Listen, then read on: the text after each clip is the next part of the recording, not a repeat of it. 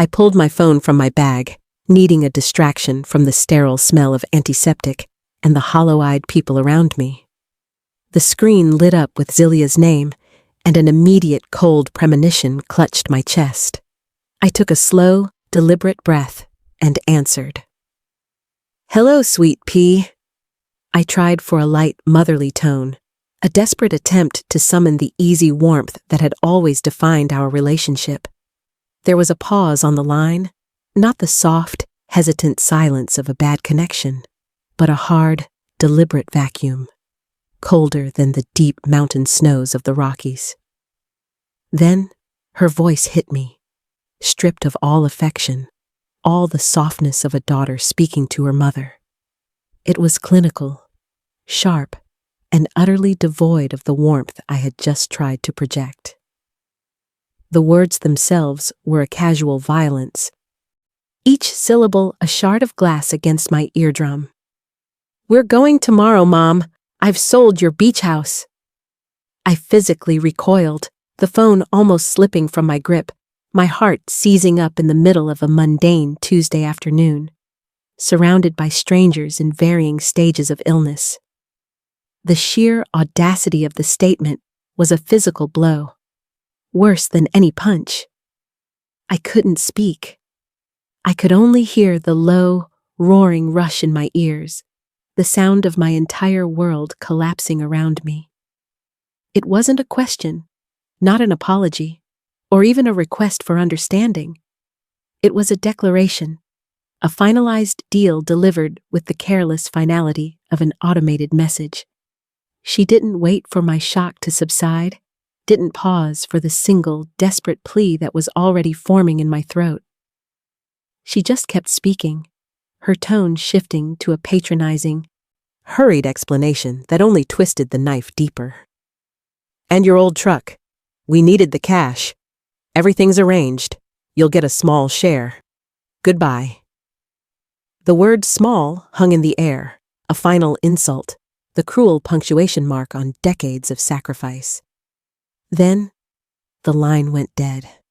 The only sound left was the hollow echo of a dial tone, a flat, monotonous hum that sounded exactly like the emptiness that had just settled into my life. Before you dive into Iridessa's shocking betrayal, take a moment. Have you ever been blindsided by someone you trusted completely? Tell me about that moment in the comments below, and while you're there, please let me know where you are watching from today. If this story resonates with you, give it a like and subscribe. Your story matters. The plastic of the waiting room chair was a sickly, institutional green, and it dug into the back of my thighs as I waited for the doctor to call my name. My own name, Iridessa, felt heavy in my mouth, the sound of a woman fading into her late 60s, tired from a lifetime of being everything to everyone. 6 months into widowhood, the silence in my Denver, Colorado home was still a physical weight, and I was here because my only child, Zilia, had insisted. "Mom," she'd chirped, "you need a full checkup. Dad's passing was a shock. Let's make sure you're taking care of yourself." I'd swallowed the familiar aching grief and agreed, seeing the concern in her eyes and mistaking it for genuine, selfless love. I told myself I was lucky. Many widows faced isolation, but Zilia, my beautiful, successful daughter, was by my side, or so I believed. My hand trembled, not from nerves, but from a persistent, low-level thrum of anxiety that had become my constant companion since Cyrus, my husband, had left me so abruptly. The fluorescent lights overhead buzzed, a sound that usually calmed me with its mundane regularity. But today, it felt like an approaching swarm. The beach house, our sanctuary in coastal Carolina, purchased with Cyrus's blood, sweat, and the sheer grit of 40 years, was gone. The old Ford truck, the scent of Cyrus's worn flannel still clinging to its seat covers, was a memory traded for quick cash. All gone. I sat there, frozen, the green plastic chair suddenly the epicenter of my universe, surrounded by the oblivious hum of the waiting room. 40 years. 40 years of raising her, nurturing her, pouring every ounce of my love, every spare penny, every dream for her future into her life. And I had just been dismissed, discarded. Her words weren't just a betrayal of property. They were an eviction from her heart, a brutal severing of the maternal bond. But as the initial wave of shock receded, a strange, unexpected shift occurred within me. I didn't cry. The tears I'd shed for Cyrus, the deep, soul-shaking sobs that had felt like my life leaking out of me, had been for love lost. These new feelings were different. This was the burn of betrayal, a cold, crystalline anger that seemed to cauterize the wound of my grief. My daughter, my flesh and blood, had seen my vulnerability, my widowhood, and had calculated a way to profit from it. The concern in her eyes, the weekly visits, the helpful checkup appointment, everything was a lie. It was all a pretense to position herself for the theft. A slow, creeping smile, wholly unbidden and fiercely defiant, spread across my face. It was the smile of a woman who had just realized she'd been underestimated, profoundly and irrevocably. I was Iridessa Sorensen, not just an old woman mourning her husband, but a woman who, in the deepest cut of her life, suddenly remembered something her dear daughter did not know. Something her beloved Cyrus, always a man of quiet, powerful foresight, had ensured.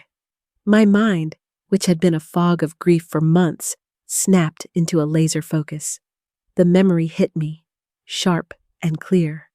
3 days before he died, as we were watching the sunset paint the peaks of the Rocky Mountains outside our window, Cyrus had placed a heavy, unmarked manila envelope in my hand. "Edessa," he'd said, using the pet name only he ever did, his voice low and serious. "Put this in your old hope chest. If anything ever happens to me, you open it after a while, but only when you feel ready. Don't let anyone know about it." I'd been distracted by the sheer beauty of the fading light and his unusual grave tone, but I'd nodded, dutifully tucking the heavy packet beneath my grandmother's lace in the cedar chest at the foot of our bed. The funeral, the mountain of paperwork, the endless soul-crushing stream of condolences, and the false comfort of Zilia's constant help had buried the memory. Until now. The green chair no longer felt like a place of defeat. It felt like a launch pad. The doctor's voice finally cut through the air. "Iridessa Sorensen?" I rose, my spine ramrod straight. The faint, desperate woman who walked in completely gone. The doctor's words about my perfectly healthy heart were a meaningless background hum. My heart was no longer merely healthy. It was fortified, forged into something hard and determined by a daughter's casual cruelty. I had been robbed, but the thief had only stolen the props for a life I was now free to rewrite. I walked out, heading not for the apartment Zilia expected me to find, but back to the old house, the quiet Denver streets, and the cedar chest containing the secret that was about to turn my daughter's elaborate betrayal into her spectacular downfall. She thought she'd left me with nothing. She was about to discover the one thing I had left that was more powerful than money: truth. The bus ride home from the doctor's office in downtown Denver was a blur of muted sound and color. The city's rush, the blaring horns, the hurried, faceless people, usually grated on my nerves, but today it was all a welcome noise, a cover for the seismic shift happening inside me. The bus doors hissed open at my corner, and I stepped out onto the sidewalk, the familiar scent of pine and crisp mountain air grounding me.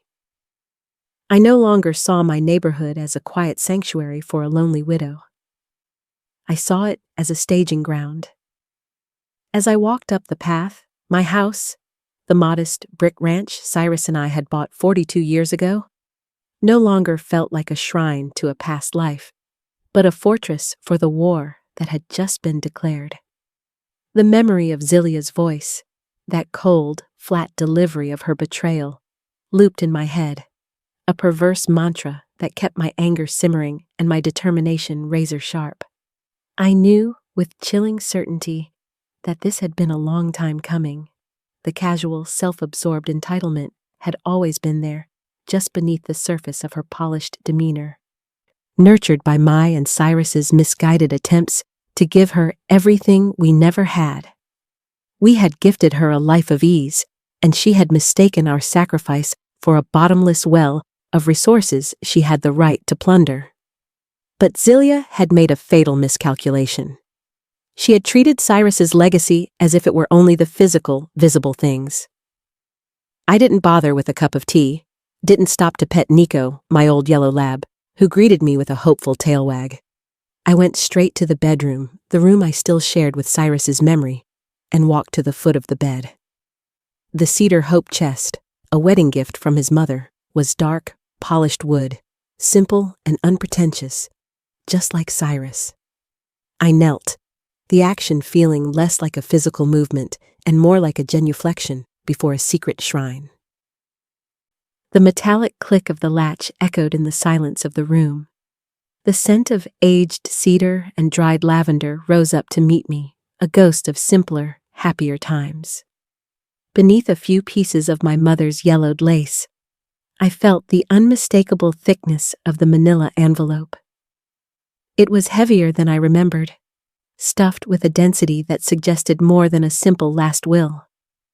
My fingers, steady now, traced the familiar strong lines of Cyrus's handwriting on the front. Iridessa, open only when the world feels coldest. His quiet foresight, his unwavering protectiveness, even in death, brought a fresh sting of tears to my eyes. But this time, they were tears of gratitude, not grief. He hadn't just loved me, he'd protected me, anticipating a threat I hadn't even seen coming. He had seen the fault lines in our perfect family facade, and he'd built me a secret sanctuary. I sat on the bed, the mattress sinking beneath my weight, the memory of his presence almost palpable beside me. With a slow, deliberate movement, I broke the seal on the envelope.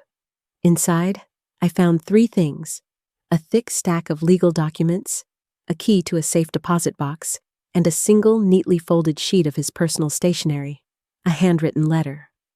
I opened the letter first, needing the sound of his voice in my head before I delved into the cold language of finance. His familiar script, slightly slanted, blurred through a sudden wash of tears. "My dearest Idessa," it began, pulling at the last thread of my composure. "If you are reading this, I'm already gone. Please forgive me for keeping this a secret for so long, but I wanted to shield you from the worries, and frankly, the greed that wealth attracts." I felt a sharp intake of breath. Wealth? Cyrus was a respected structural engineer who had worked hard his entire life, but we were comfortable, not wealthy. The rest of the letter explained everything, a quiet, astonishing narrative of a life lived in dual purpose. He hadn't just been an engineer, he'd been an investor, shrewd and disciplined, pouring nearly all his surplus income and a significant portion of my seemingly modest inheritance into a private holding company named Rocky Mountain Assets Inc., which he'd established 10 years prior. His full-time work was a distraction, a cover, a way to live simply and avoid the prying eyes of those who would see us as merely a resource. I picked up the documents, my hands trembling again, but this time from sheer, mind-numbing shock. The first document was a deed of trust for a condo on the coast of Maine. The next was the full ownership record for a small chain of 3 commercial office buildings in downtown Salt Lake City. Then came the true gut punch, a complete list of all the properties held under the Rocky Mountain Assets umbrella, including the 20-story apartment high-rise in Zelia's affluent neighborhood, the very building where she and her husband, Mikhail, lived in a penthouse suite. Zelia wasn't just a resident. She was a tenant, paying rent to a company owned in secret by her father.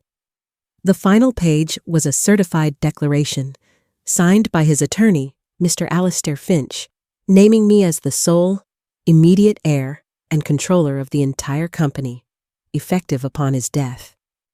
The beach house, the old Ford truck, they were mere pennies in a coffer that contained a king's ransom.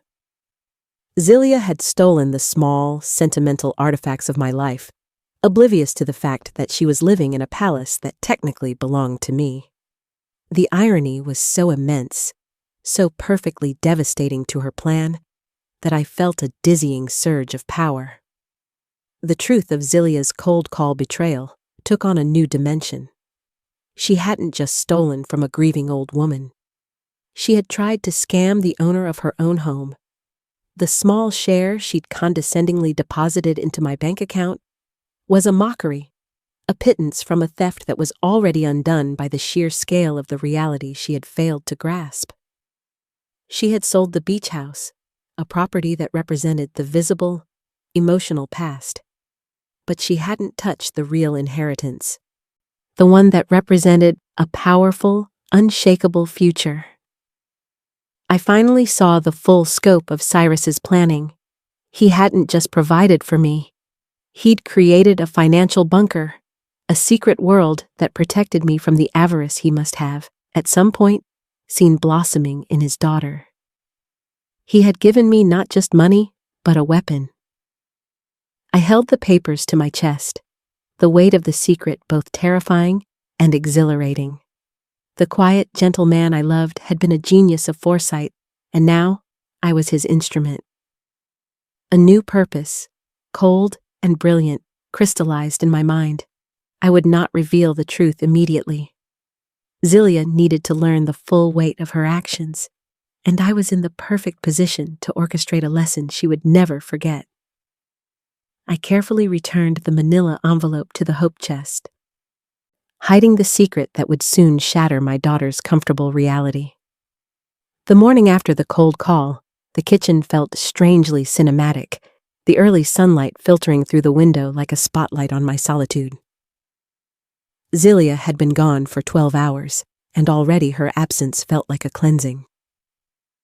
I'd slept surprisingly well, the cold anger of the betrayal having replaced the dull ache of grief. I was no longer a victim. I was a strategist.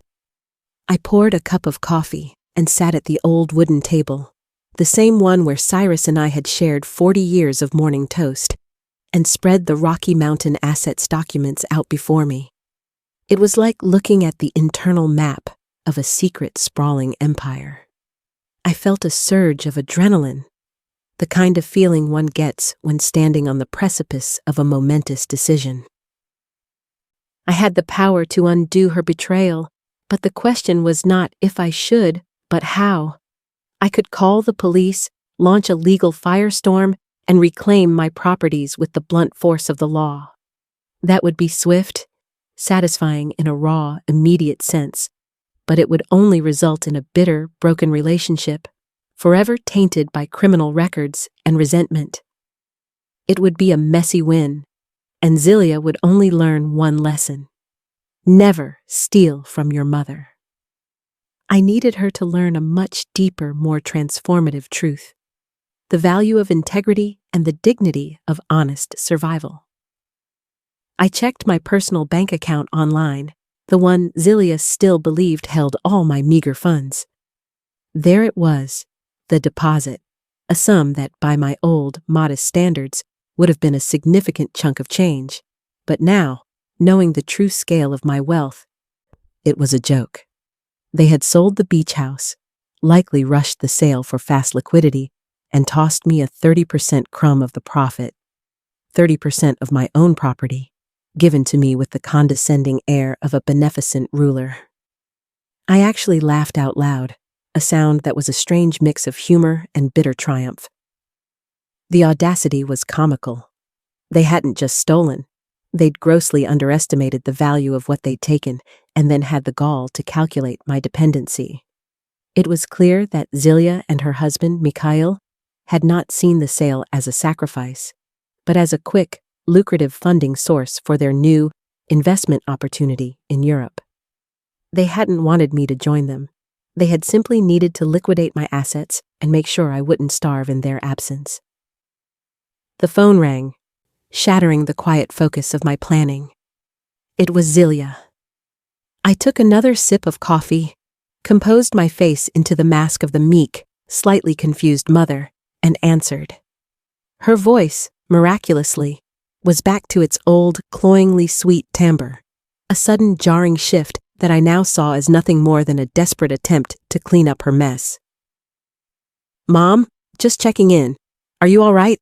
I know the news was sudden." The sudden switch to feigned concern was nauseating. "Oh, sweet pea, I'm fine. Just a little lightheaded from the doctor's visit. And yes, the news about the house was a shock. But I understand you children needed the money for your investment." My voice was soft, laced with a gentle, wounded resignation, the perfect performance of the victim she expected me to be. "Oh, Mom, you're so compassionate," she gushed, completely falling for the act. "Yes, Mikhail has an unbelievable venture lined up in Lisbon. A game changer. We needed the capital immediately. We deposited your share. It should keep you going comfortably for a while until you find a smaller place, something more manageable for you now." More manageable? The patronizing tone was a fresh slap. She was sizing up my life, calculating my needs, and downsizing my existence to fit her narrative of the poor, elderly widow. "That's so thoughtful, honey," I murmured, watching the sun catch a dust motes dancing in the air, all the insignificant details of the life she thought she had ended. "When do you two leave?" "This afternoon. Our bags are packed. It's a very urgent trip, at least 6 months, maybe more if the business explodes. But don't worry about us, Mom. We'll keep in touch." "Promise." The conversation was a rushed, self-serving monologue, a final, perfunctory check of the damage. They weren't just leaving, they were vanishing, cutting all ties, expecting me to survive on their charity, while they lived large off my sentimental value. "Have a safe flight, Angela," I said, using her name for the first time with a strange, hard clarity. After she hung up, the laughter finally broke free, a genuine, powerful peal that startled Nico. It was the laughter of a woman who held a royal flush while her opponent thought they had won the pot with a pair of twos. I walked to the window, and a few hours later, watched a taxi pull up to the high-rise in the distance. I couldn't see them clearly, but I could imagine the scene. Mikhail, puffed up and smug, loading oversized designer luggage. Zelia, looking sleek and triumphant. They never once glanced toward our modest neighborhood. In their minds, I was already packed away, a problem solved. But my plan had already begun. The first move was to call Alistair Finch, the lawyer Cyrus had named in his documents, a man who had, to my astonishment, been managing Cyrus's secret empire for the past decade. He was the only person who knew the full truth, and he was about to become my co-conspirator. His voice on the phone was exactly as I had imagined, calm, precise, and utterly professional. "Mrs. Sorensen, it is good to hear from you. Your husband left very clear instructions should you ever contact me." I cut straight to the chase, my voice clear and firm, the victim's soft tone completely gone. "Mr. Finch, I have found all of Cyrus's documents. My daughter has sold 2 of my properties illegally, believing I was unaware of my true assets. I need your help to undo the fraudulent sales and secure my full control over Rocky Mountain Assets, Inc., specifically the building where Zelia resides." There was a brief silence on the other end, a pause of genuine surprise that I, the quiet wife of the bus driver, was suddenly speaking the language of corporate law. "Of course, Mrs. Sorensen," he finally said, his tone shifting to one of profound respect. "But you'll want to press criminal charges against your daughter for fraud." My answer was instantaneous and unwavering. "No, Mr. Finch. I want to do this silently. I want to let her believe her plan succeeded for a time. I need to recover the properties discreetly and ensure I have the power to evict her and her husband. Everything must be kept in absolute secrecy. She needs to face the consequences, not the courts. The game had officially begun, and I, the supposedly defenseless widow, held all the cards. Meeting Alistair Finch in his downtown Denver office felt like stepping onto the soundstage of a high-stakes thriller.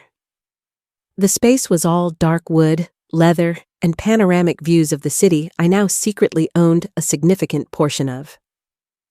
Alistair himself was a study in quiet competence, graying at the temples, impeccably tailored, and possessing an air of unflappable discretion.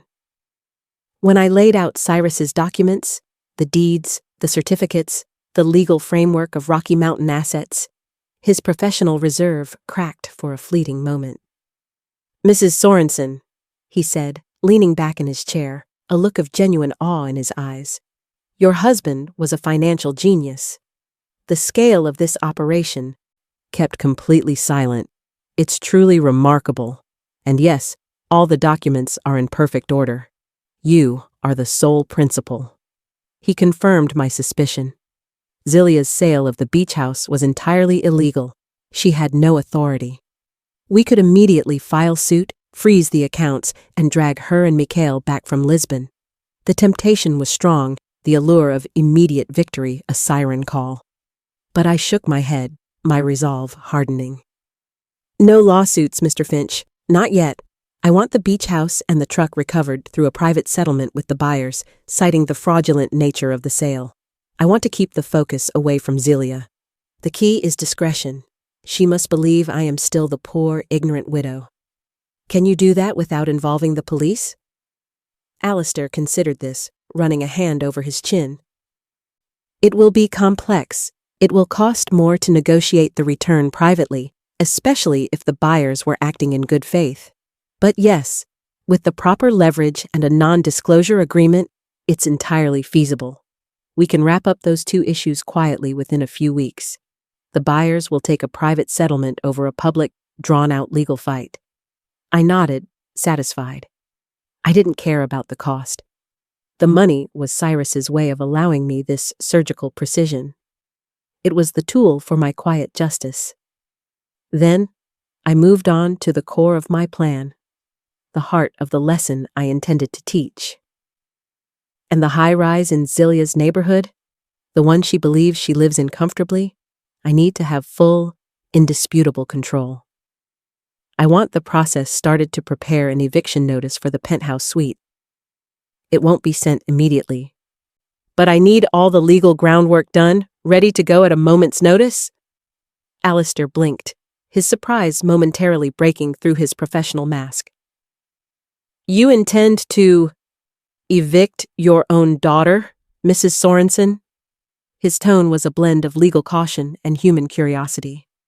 "I intend to allow her to face the full consequences of her greed, Mr. Finch.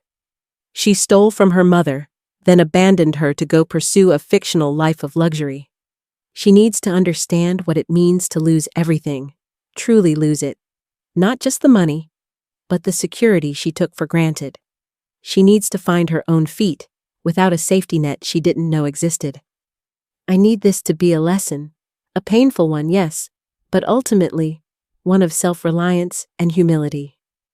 He looked at me, not with pity, but with a growing respect. He saw the fire in the eyes of the quiet woman who had just walked into his life. "Understood, Mrs. Sorensen. The necessary documents for a corporate-level eviction will be prepared, citing a breach of the lease terms by the tenants, Zilia and Mikhail. Everything will be filed under the holding company's name. It will be completely anonymous from your perspective. They will only be facing the wrath of Rocky Mountain Assets, Inc., an entity they've never heard of. You will be completely protected." Over the next few weeks, I settled into my dual life. By day, I was Iridessa Sorensen, the poor, bereaved widow who had been callously abandoned. I walked to the neighborhood butcher, accepted the pitying casseroles from neighbors like Ara, and spoke in low, resigned tones about Zilia and Mikhail's exciting new venture. I was a master of the performance, a portrait of quiet, dignified suffering. "Oh, Iridessa dear, it's just awful what that girl did to you," Aura clucked one afternoon, dropping off a lukewarm tuna casserole. "Selling your family's memories like that. And what are you going to do now? We all know Cyrus didn't leave much." I simply smiled, a brave, tearless smile, and said, "Don't worry, Aura. I'm a survivor. I'll figure it out." Inside, I was the silent conductor of an elaborate legal and financial symphony. I spent my afternoons studying the intricacies of Cyrus's empire, learning about real estate depreciation, investment yields, and corporate law. I learned the names of the tenants, the building managers, and the company directors he had quietly employed. Every piece of new knowledge was a quiet thrill, a feeling of power I hadn't realized I was missing in my years of devoted wife and mother. A month after the fateful phone call, I received the first piece of good news. Alistair called to confirm the retrieval of the beach house and the old Ford truck. "The buyers settled immediately, Mrs. Sorensen? They were appalled by the fraud. The beach house is officially back in the company's portfolio, and the old truck is parked safely back in your garage, awaiting your instruction. The original sales have been legally voided, all completely under the radar." I hung up and walked to the garage, the familiar scent of old oil and gasoline filling my nostrils. There it sat, the Ford F-150 that Cyrus had polished every Sunday. The truck that was the last tangible echo of his physical life.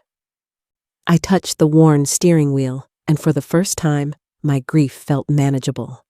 Zilia had tried to erase him, to liquidate his memory, and I had undone her work without her even knowing. The feeling was not revenge. It was restoration. She had taken a piece of my heart and tried to sell it. I had quietly bought back my soul. The next phase of the plan was imminent. Alistair was finalizing the legal filings to put the eviction notice into effect. Now, I just had to wait for the European adventure to implode, and I had a feeling, a deep, maternal certainty, that Mikhail's game changer was destined to fail spectacularly. The silence of the house no longer felt like a void. It felt like the quiet tension before a storm. I was ready to watch the clouds gather. The waiting was the hardest part, a slow, drawn-out tension that required every ounce of my newfound composure. Weeks turned into almost 2 months, and the silence from Zilia was deafening. Not a single call, not a text message, not even a tourist postcard from Lisbon. To her, I was a resolved problem, a box ticked on a checklist of necessary sacrifices for her new, gilded life. Her silence was a deeper cut than her initial cruelty, proving that the money was the entire point, not just a desperate means. Meanwhile, Alistair Finch worked in the shadows, converting Rocky Mountain assets from Cyrus's secret side project into my fully operational legal entity. He sent me weekly reports detailing the impressive rental income, the stock dividends, and the debt-free status of the entire portfolio. The numbers were staggering, a constant, dizzying reminder of the double life I was living. I, who still clipped grocery store coupons, was a multi-millionaire several times over.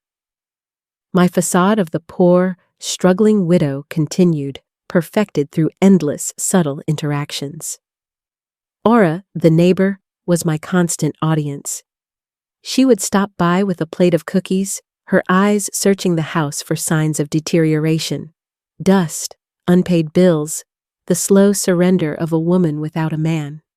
I kept the house spotless, but I cultivated an air of quiet, existential exhaustion. "Iridessa, you look pale," she'd say, concern etched on her face. "Are you sure you can manage the house alone? Maybe you should consider a small apartment, something ground floor." She was unknowingly repeating Zilia's advice, proving that the narrative of my decline had successfully taken root in the neighborhood. I would just sigh, a world-weary sound, and say, "It's all I have left of Cyrus, Aura. I'll stay here as long as I can." This performance was necessary. Zilia's complete and utter shock when the truth was revealed had to be absolute. She needed to be convinced that she was coming back to a mother who had truly lost everything, making her eventual confrontation with my power all the more devastatingly impactful. The first crack in Zilia's perfect European narrative came on a Friday afternoon. Aura, ever the neighborhood oracle, arrived at my door, her face a mask of breathless, barely contained gossip. "Iridessa, have you heard?" she whispered, practically vibrating with excitement. "It's about Mikhail. My nephew works in corporate finance, and he heard rumors, bad rumors." I maintained my poker face, raising a carefully skeptical eyebrow.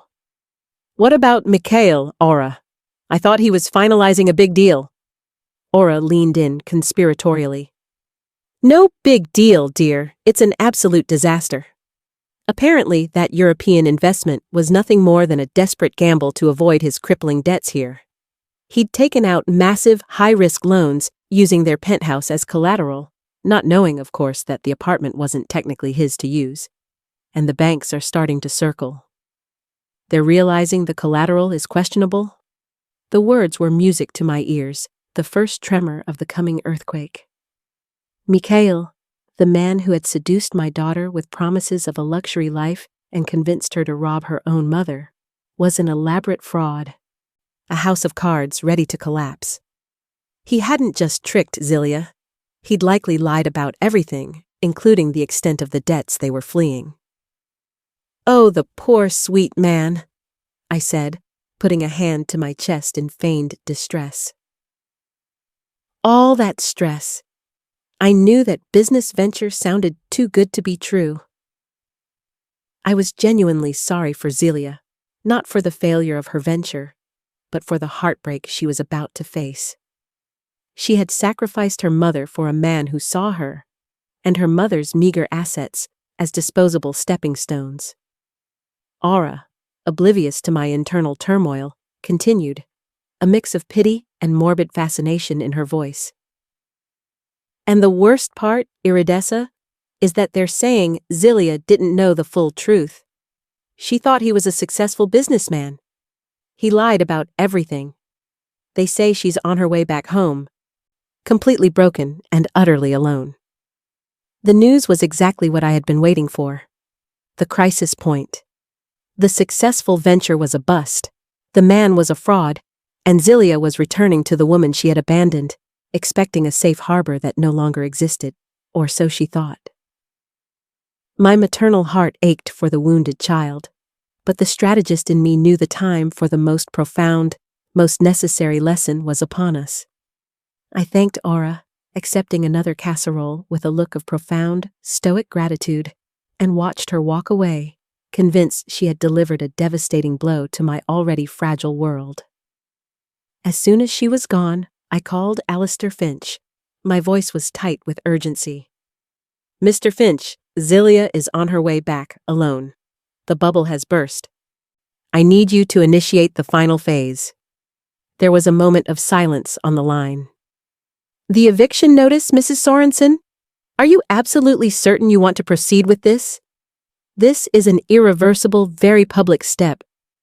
I closed my eyes, picturing Zilia's cold, triumphant face on the day she'd made the call.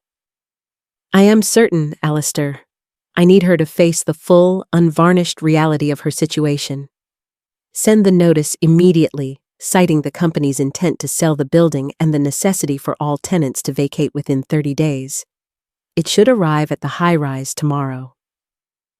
I was not just sending an eviction notice.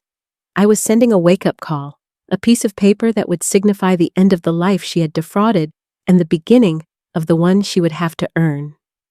The final curtain was about to rise, and Zilia was about to step onto a stage where her mother was no longer a victim, but the sole orchestrator of her fate.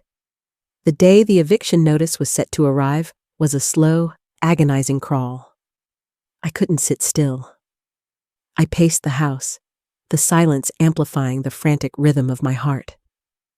This was the moment of no return, the true test of my resolve.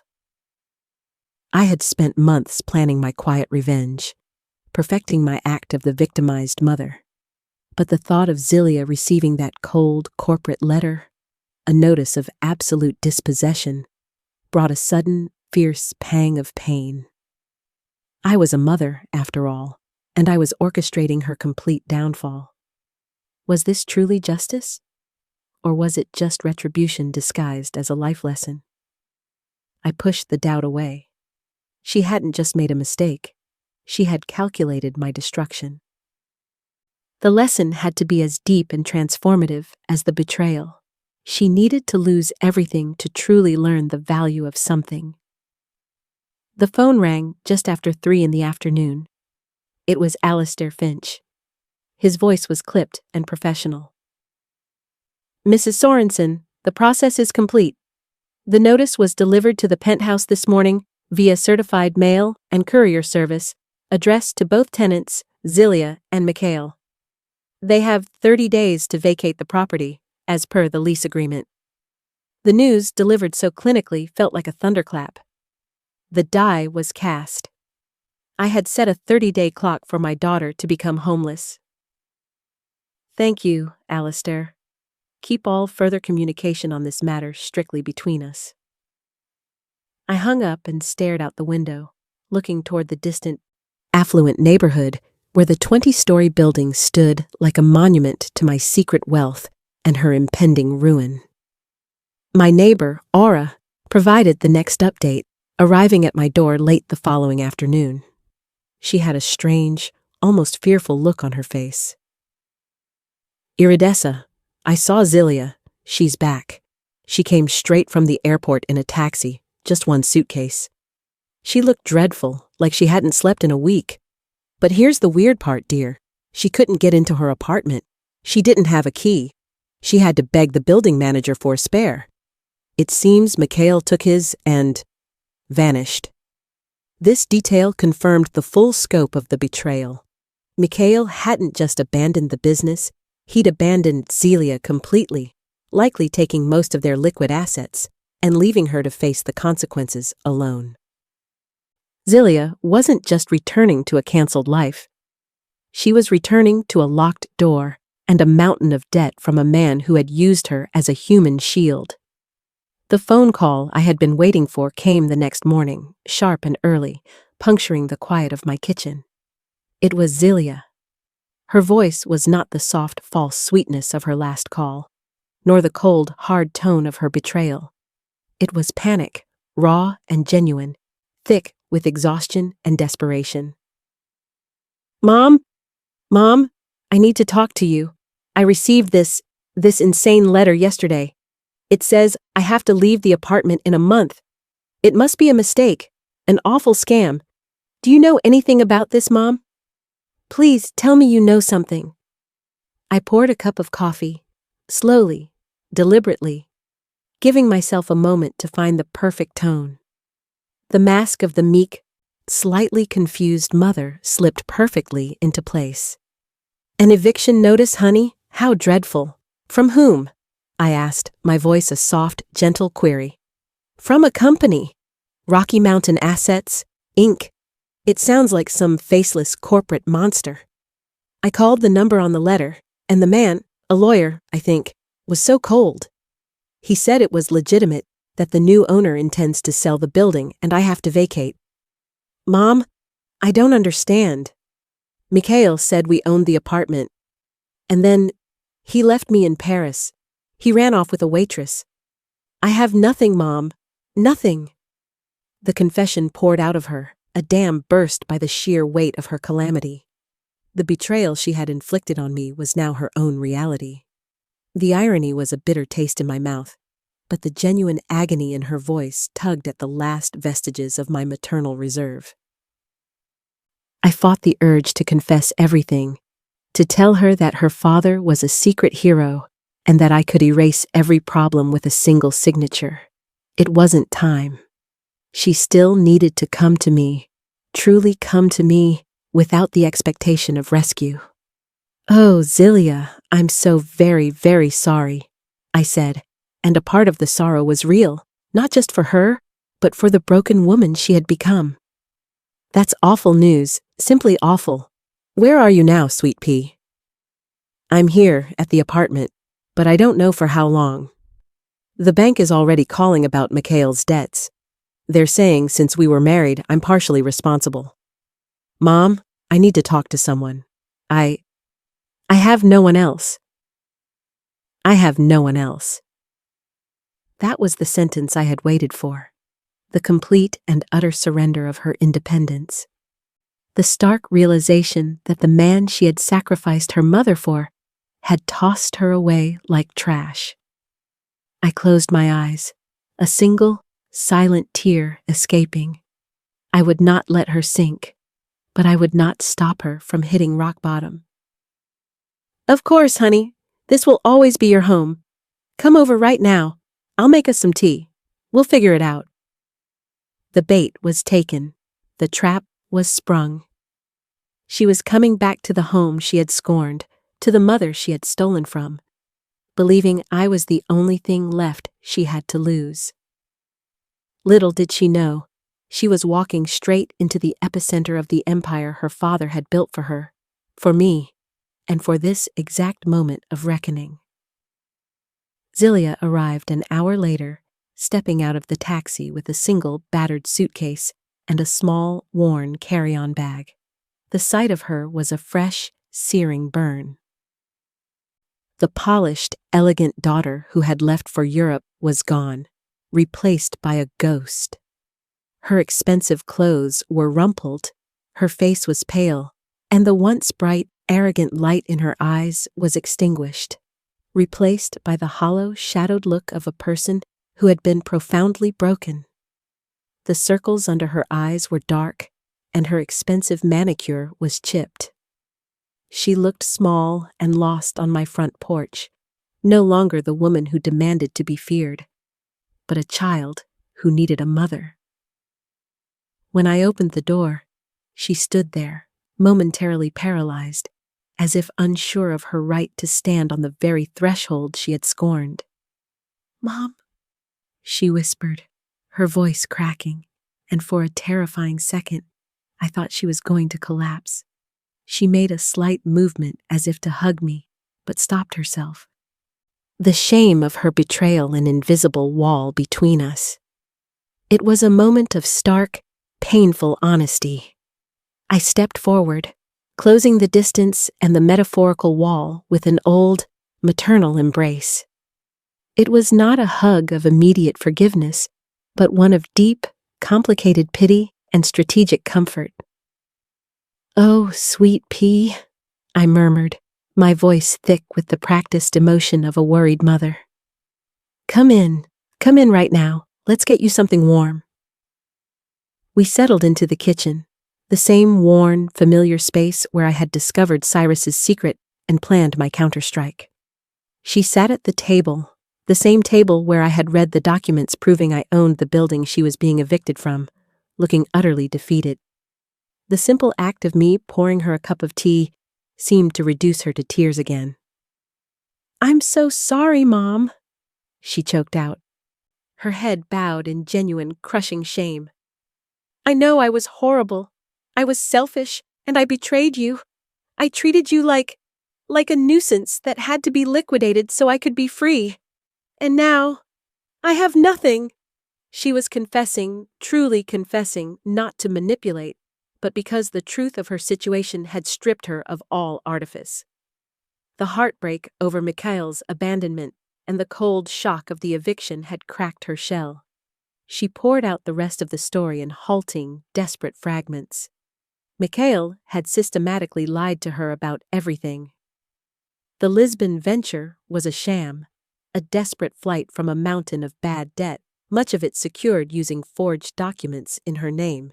The man she had followed into a life of supposed luxury had abandoned her for a 25-year-old hotel worker and taken the last of the money. Now, she was not only facing eviction from the home she thought she owned, but was also being hounded by banks for six-figure debts she didn't know she owed. "They said because we were married, I'm responsible. I don't know what to do, Mom. I can't even afford a lawyer. I spent every last dime I had to fly home." Her tears were no longer for the loss of a rich lifestyle. They were the tears of a woman facing financial ruin and criminal liability. My heart, the mother's heart that had been so expertly encased in steel, softened. This was the rock bottom I had orchestrated, and it was brutal. I wanted desperately to wave the magic wand, to pull out the papers and tell her, "It's all a lie, sweetie. You're safe, you're rich. I fixed it." But I knew that rescue, right now, would teach her nothing. It would only reinforce the idea that her mother was the ultimate safety net, the one who cleans up every mess, no matter how egregious. She had to believe that she had lost everything and that her survival depended solely on her own effort and my sheer, unearned compassion. "Did you talk to a lawyer about the letter?" I asked, keeping my voice soft, grounded. "I don't have money for a lawyer, Mom," she repeated, the words hanging between us. "Edward took what little was left. I thought maybe I could stay here with you for a while. Just until I find a job and can get on my feet. I won't be a burden, I promise." There it was, the ultimate question. The daughter who had evicted her mother now sought refuge in the very home she had despised. I looked into her bloodshot eyes, seeing the full, agonizing realization of her dependency. It was the perfect moment for the final lesson. I smiled, a genuine, sad smile. "Of course, honey, this will always be your home." Her reaction was immediate, a rush of surprised relief so powerful it almost knocked me off the chair. "Really, Mom? After everything?" she asked, disbelief warring with desperate hope. "You are my daughter, Zilia. That will never change." This time, the hug was full and desperate, the weight of her relief pressing against me. I held her, a fierce surge of complicated emotion running through me. She thought she had found a fragile haven. She didn't know she was walking into a boot camp, a period of intense, painful re-education, all orchestrated by the very woman she had wronged. The next phase of my plan, the slow, subtle, character-building humiliation of life with the poor widow, was about to begin. She would have to earn her way out of the ruins she had created, while her mother, the hidden monarch, watched from the shadows. Zilia moved back into her childhood bedroom the next day, bringing in her 2 suitcases and 1 cardboard box, the paltry remnants of her once luxurious life. The contrast was a brutal visual metaphor for her downfall. She had traded a penthouse for a twin bed and a poster of a faded boy band. I watched her silently as she unpacked, her movements slow, the humiliation visible in the way she folded her designer clothes and placed them in the humble drawers. She didn't complain, didn't comment on the outdated furniture she used to sneer at, and that was the first sign of a profound change. She was a woman who had tasted genuine loss, and it had stripped away her arrogant entitlement. My plan for this chapter of her education was simple. No handouts, only a safe space. I cooked, I cleaned, and I maintained the meticulous facade of a woman struggling to make ends meet. Every discussion of money was framed with faux anxiety. "I don't know how long I can keep the old house, Zilia. The taxes are just awful on a widow's pension." This subtle, constant pressure was necessary for her to understand the genuine anxiety of financial precarity, the life she had so casually signed me up for. One afternoon, Zilia found a faded, unmarked manila envelope among the few things Mikhail had left behind. She brought it to me, her eyes wide with a mix of dread and hope. "Mom, this has your name on it, in Dad's handwriting. I don't know how Mikhail got it." My heart quickened. This was the second envelope, the one Cyrus must have left as a failsafe, a small, visible light in the event of total darkness. I opened it in front of her, Inside was a small, ornate key and a short, cryptic note. Edessa, if you are reading this after facing the cold, this key opens box 247 at the Central Bank downtown.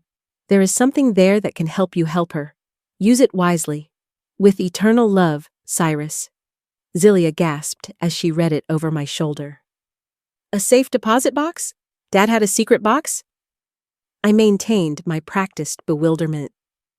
I had no idea, Sweet Pea. Your father was a man of so many secrets. What do you think is in there? Her desperation was palpable. She saw it as a lifeline, a magical, immediate rescue. We have to go, Mom. It could be documents, or maybe some money. Enough to pay for a lawyer? At least. The immediate shift in her focus, from her shame to a desperate external solution, showed me she still hadn't fully internalized the lesson. She was still looking for the easy way out. We can go tomorrow, I said, with a calculated sigh of resignation. But don't get your hopes up, honey. It's probably just old war bonds or insurance papers. The next day, at the bank, my performance was flawless. I played the bewildered widow, and the kind bank attendant led us to the vault. When box number 247 was opened, Zelia gasped. Inside were velvet bags filled with jewelry, a glittering collection of rings, necklaces, and pearl strands. It was a beautiful sight, but to me, it was just another part of Cyrus's perfectly timed lesson plan. According to an appraisal note tucked beneath the gems, the collection was worth approximately $200,000.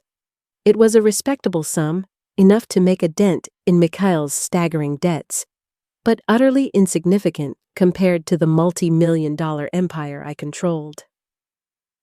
Zelia immediately latched onto it, her eyes blazing with a financial fever I thought had been cured. Mom, this is a fortune. We can sell the diamonds. This will save us. We can pay off the most urgent debts and hire a top lawyer.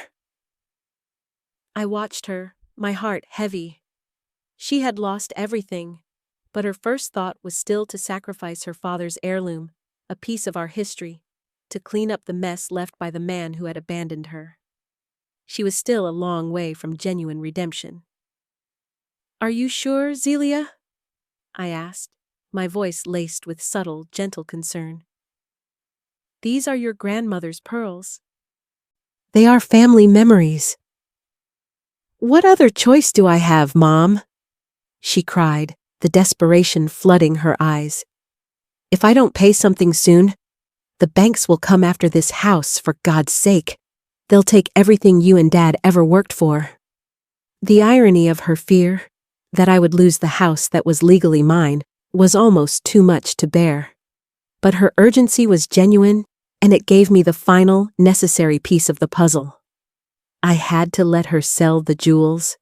She had to sacrifice something deeply sentimental of her own free will, for a futile cause, to truly understand the painful price of her mistakes.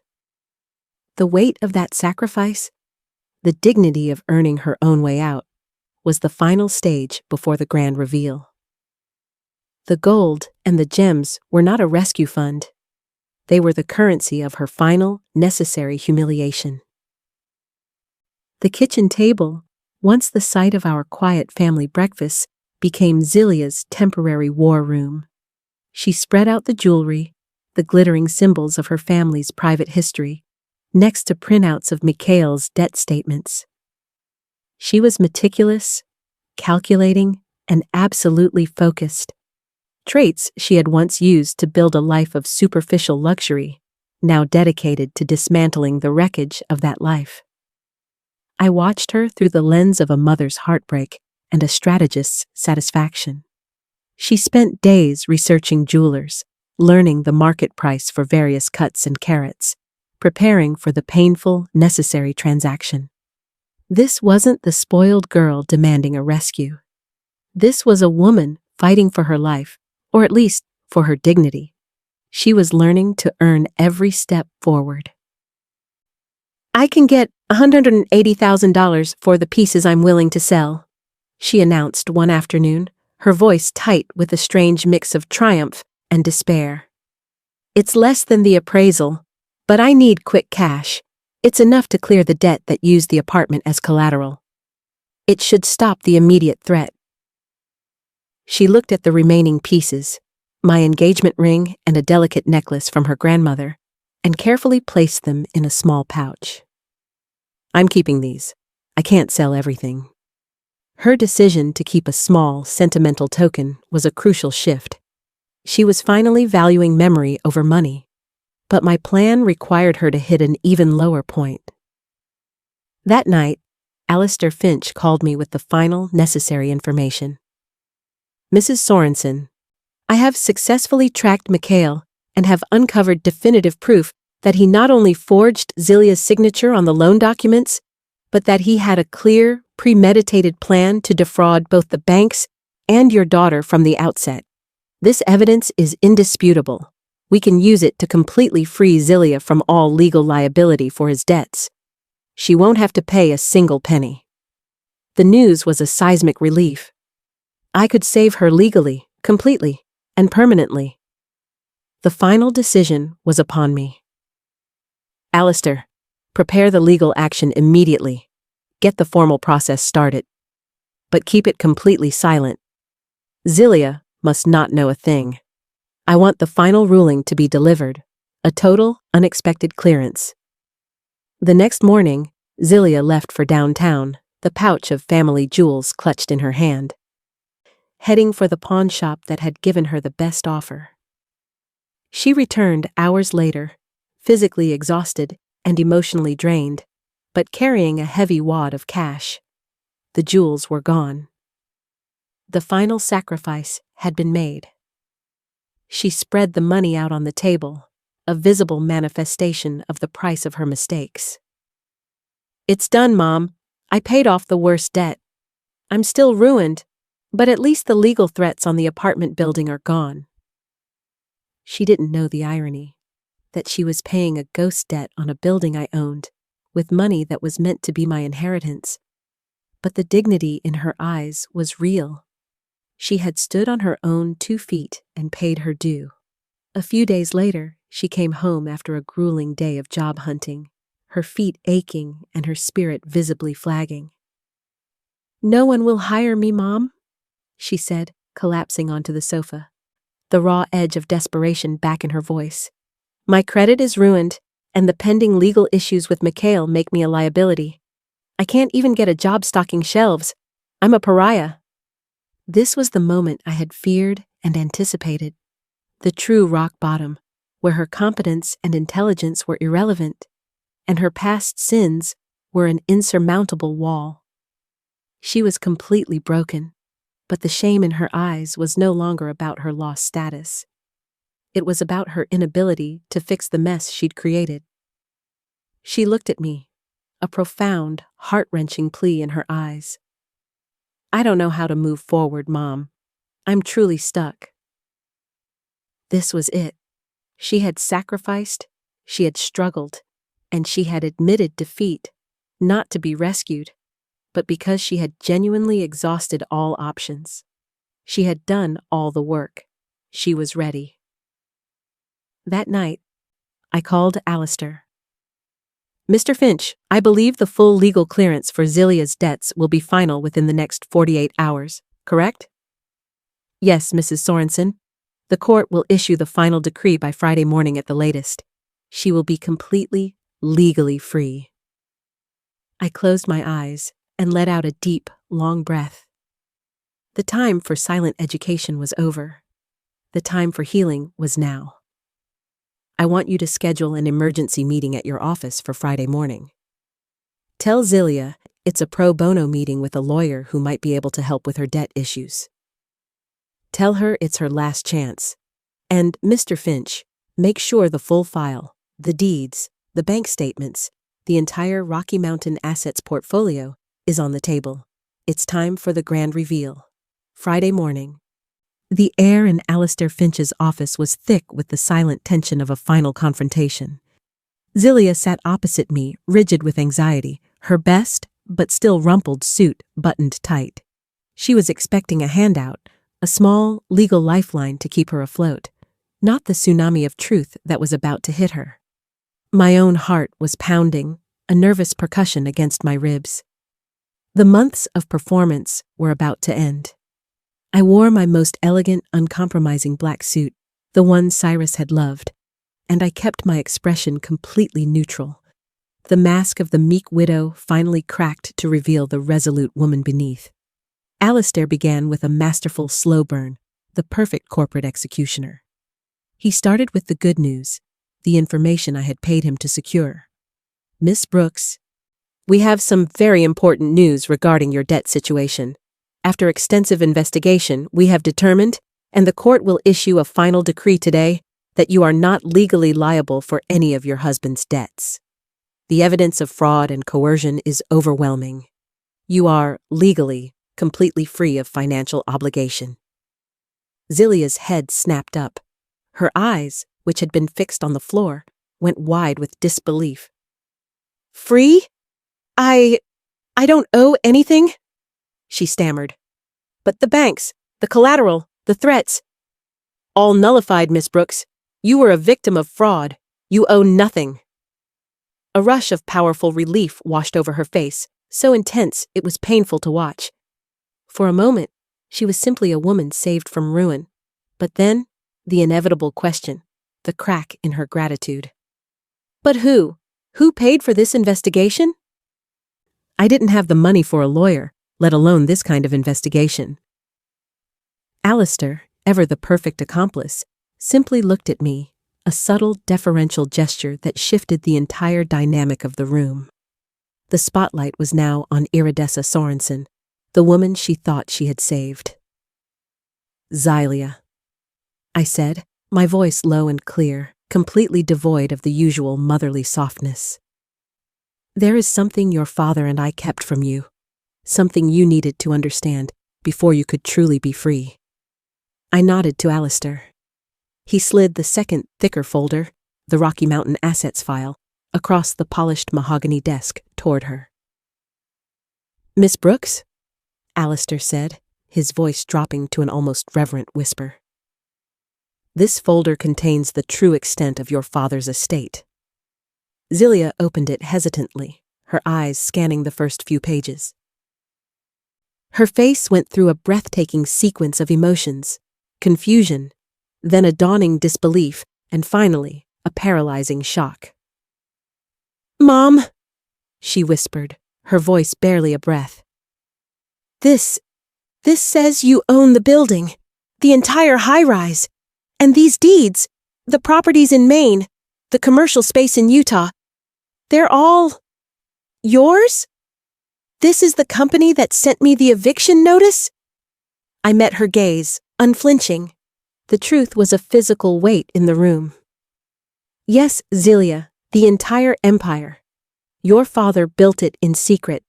The bus driver who loved clipping coupons was also a multi-millionaire, and his wife, the meek woman you left for dead, is the sole heir and owner of it all. A long, agonizing silence settled. She didn't look at the deeds or the bank statements. She looked straight at me, her face pale.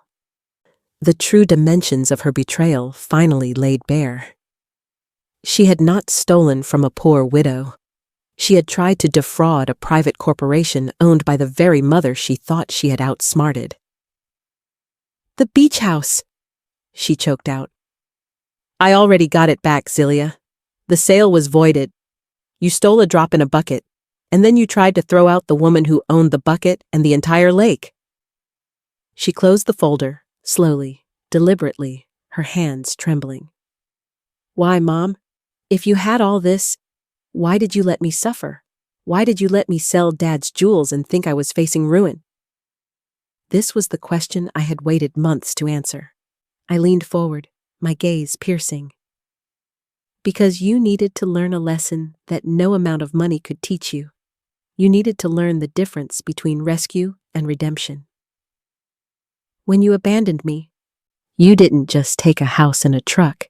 You threw away the value of integrity, the dignity of honest work, and the unconditional love of your family.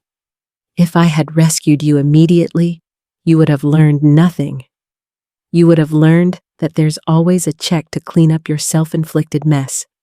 I let you hit rock bottom, Zelia, not to punish you, but to give you a chance to save yourself.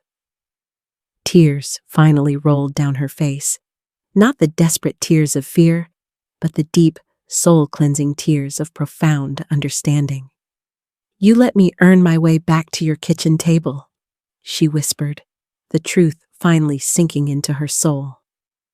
You gave me the space to realize that the jewels, the house, the money, none of it matters. The only thing that mattered was your willingness to let me back in, even when you knew I had betrayed you. Alistair cleared his throat, sensing the emotional climax. Miss Brooks, your mother has paid for everything. You are free. The debts are gone. You can take any path you wish now. I reached across the table and touched her hand, the first uncalculated touch in months. The choice is yours, Zelia. You can quit the cleaning job you just took. You can go back to school. You can do anything. But I hope you don't forget the woman you were when you had nothing, because that woman finally found her own strength. The aftermath of the grand reveal was not the explosive confrontation I had half expected, but a quiet, profound rebuilding. The tension in the air dissolved, replaced by a strange, tentative reverence. Zelia was no longer just my daughter. She was a woman who had seen her mother's secret power and survived her orchestrated downfall. She had passed the test of redemption. The first true sign of her transformation came immediately after the meeting. As we walked out of Alistair Finch's elegant office, I offered her the first true, unconditional gift. We can go right now, Zelia. We can buy you a new apartment, a new car, whatever you want. The debts are gone. You're free.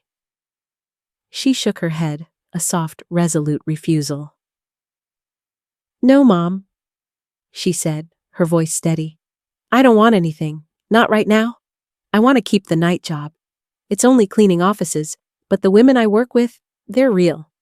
They are there because life dealt them a terrible hand, and they show up every night, tired and quiet, and they do the work. They have dignity. I need to finish what I started. I need to prove to myself that the woman I am now is the woman I'm going to be. Her choice filled me with a powerful, quiet pride. She hadn't just been saved from ruin. She had been saved from herself. She was choosing dignity over comfort, a concept that would have been alien to the Zelia of 6 months ago. Our life found a new, quiet rhythm. Zelia continued to live in her childhood bedroom, but the relationship was no longer one of a mother and a dependent daughter. It was a partnership of two independent women who chose to share a home. She insisted on paying a small rent, a symbolic gesture of her self-sufficiency. It's not for the money, Mom, she explained, leaving the bills neatly folded on the kitchen counter. It's for the respect. She kept her night job, but began to pour her days into something more meaningful. She volunteered at a local women's shelter, using the painful lessons of her own abandonment and financial peril to help others. The final piece of the puzzle, the full circle, came one night when Aura, my ubiquitous neighbor, came over, her face a mixture of confusion and awe. Iridessa, you have to tell me. People are talking. They say Zelia is still working her awful job, but then she's suddenly helping other people with their mortgage problems? And you got your beach house back? Is it true? Are you rich? I laughed, a genuine, unfettered sound that had been absent for too long. Aura, Robert was a smart man. He left us more than just an old house and a truck. He left me a very large, very well-managed company. I told her the edited truth, not the full, brutal scope of the plan, but the fact of the hidden wealth and Zelia's genuine, profound change. Antonia, that is the most incredible thing I've ever heard, Aura whispered, the awe in her voice completely overshadowing any trace of jealousy. You let her learn. You let her suffer to save her soul. Not every mother would do that. Aura had understood the core of my plan better than anyone.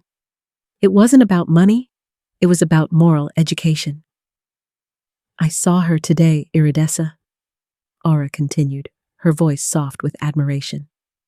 She was driving her coworker, a single mother, to the bank to talk to a financial advisor, helping her navigate some paperwork.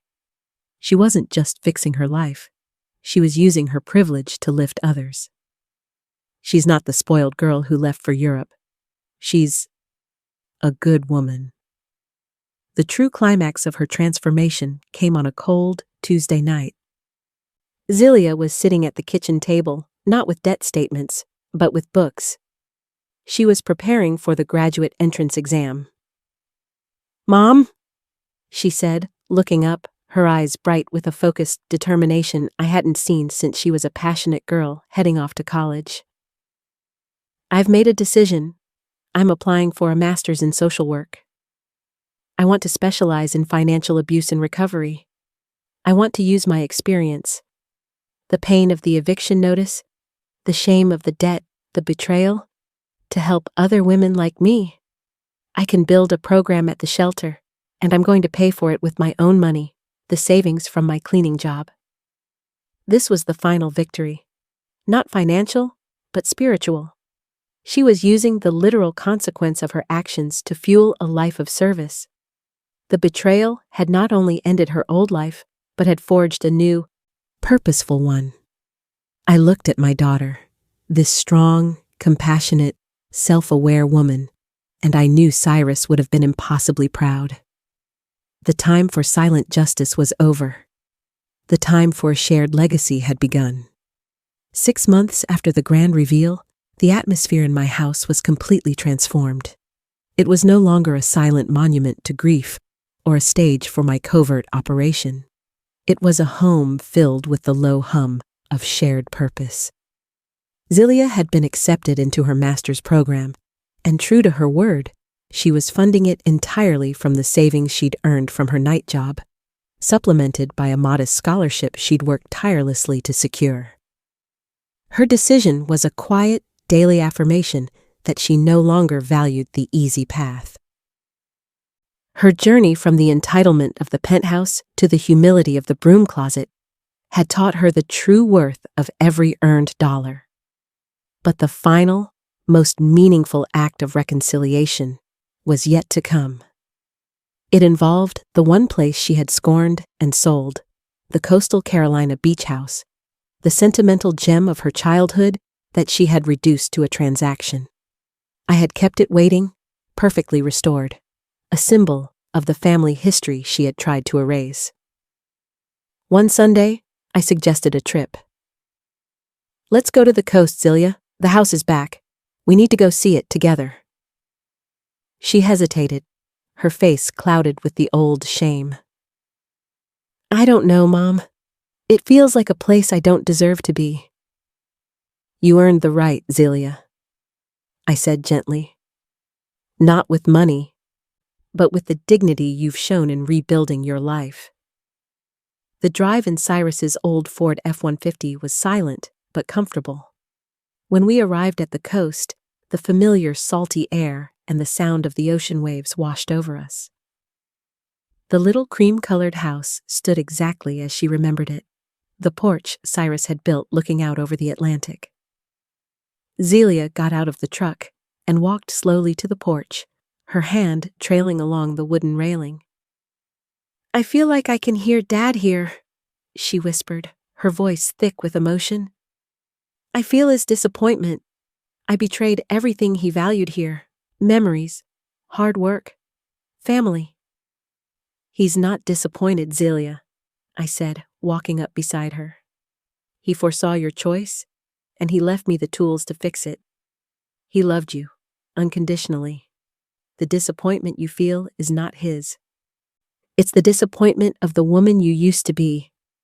She turned to me, her eyes clear, full of a fierce, earned self-awareness.